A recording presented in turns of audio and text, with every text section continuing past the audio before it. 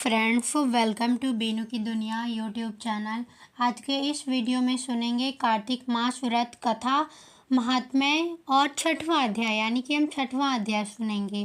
कार्तिक मास व्रत के छठवें अध्याय में विष्णु भगवान ने जहाँ जहाँ अपने चरण रखे वहाँ पर ऋषि वेद यज्ञों के सहित समस्त देवता मेरी रक्षा करते रहें।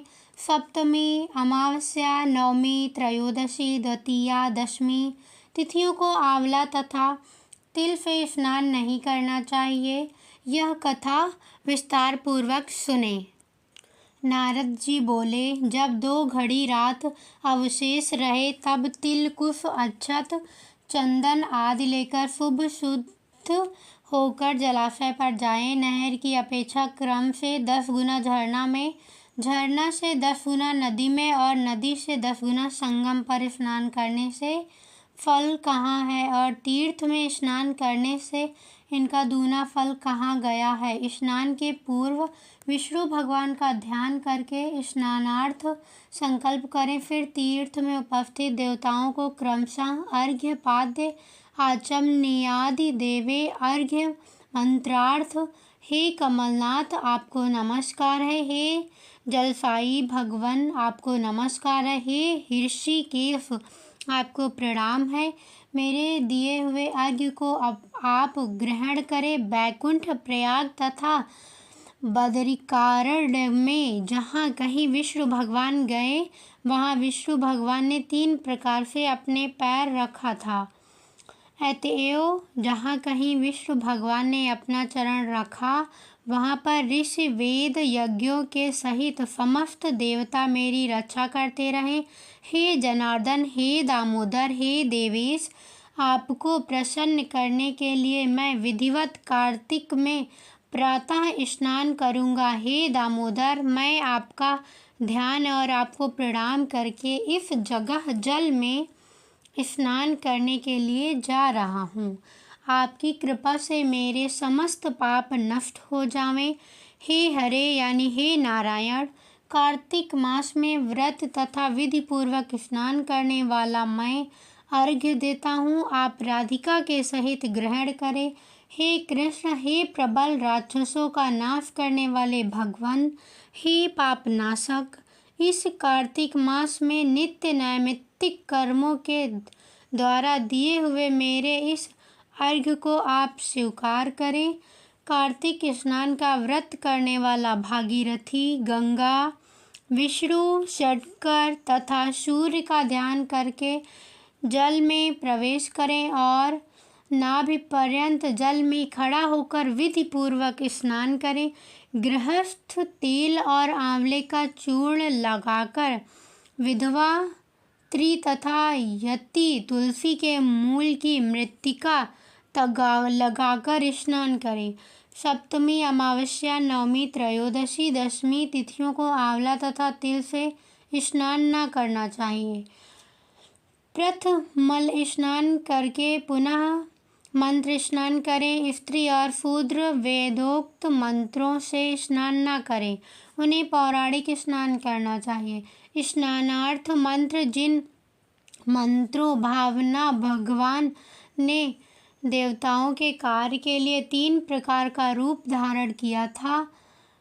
हे पापनाशक विष्णु भगवान, अपनी कृपा सभी पर बनाए रखें, मुझे पवित्र बनावें। विष्णु की आज्ञा से कार्तिक व्रत करने वाले की समस्त इंद्रादि देवता रक्षा करते हैं, अतः वे सब मुझको पवित्र को बीजों, रहस्यों तथा यज्ञों सहित समस्त वेदों के मंत्र, कश्यप आदि ऋषि, इंद्रादि समस्त देवता मुझको पवित्र करें। गंगादि सभी नदियाँ, संपूर्ण तीर्थ, 7 समुद्र और समस्त जलाशय हमको पवित्र करें। आदित्य आदि सती नारियाँ, यस्त, सिद्ध, सर्प, सब औषधियाँ, तीनों लोक, पर्वत मुझे पवित्र करें। इन मंत्रों को कहकर स्नान करने के पश्चात व्रती हाथ में पवित्र धारण करके देवता, ऋषि, मनुष्य तथा पिता का विधिवत दर्पण करें।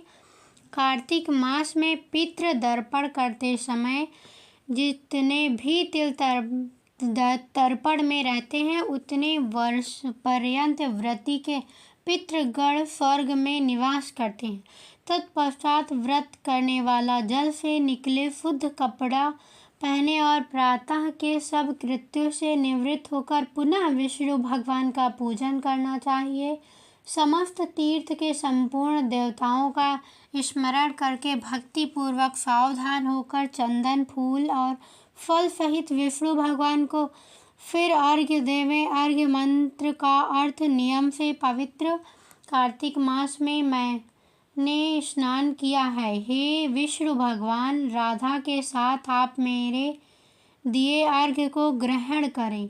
तब चंदन फूल और तांबूलिकादिकों से वेद के पारंगत ब्राह्मणों का श्रद्धा पूर्वक पूजन करें और बारंबार साष्टांग प्रणाम करें।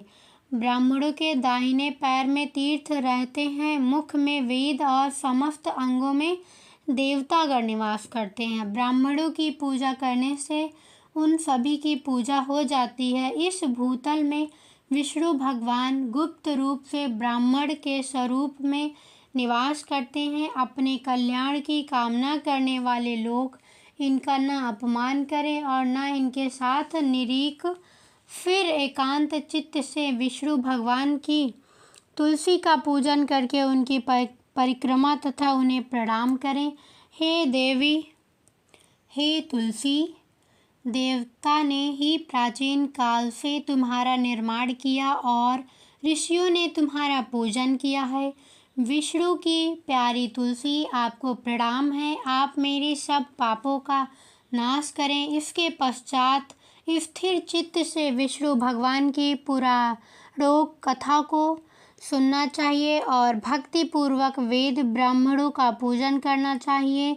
इस प्रकार भक्ति पूर्वक जो लोग पूर्वोक्त विधान से साकृत्य करता है उसे विष्णु लोक प्राप्त होता है।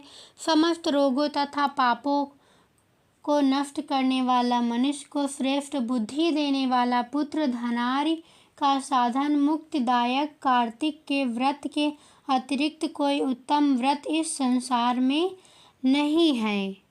मेरी यह कथा आपको कैसी लगी मुझे कमेंट करके ज़रूर बताएं और लाइक करें, शेयर करें और सब्सक्राइब भी करें। धन्यवाद।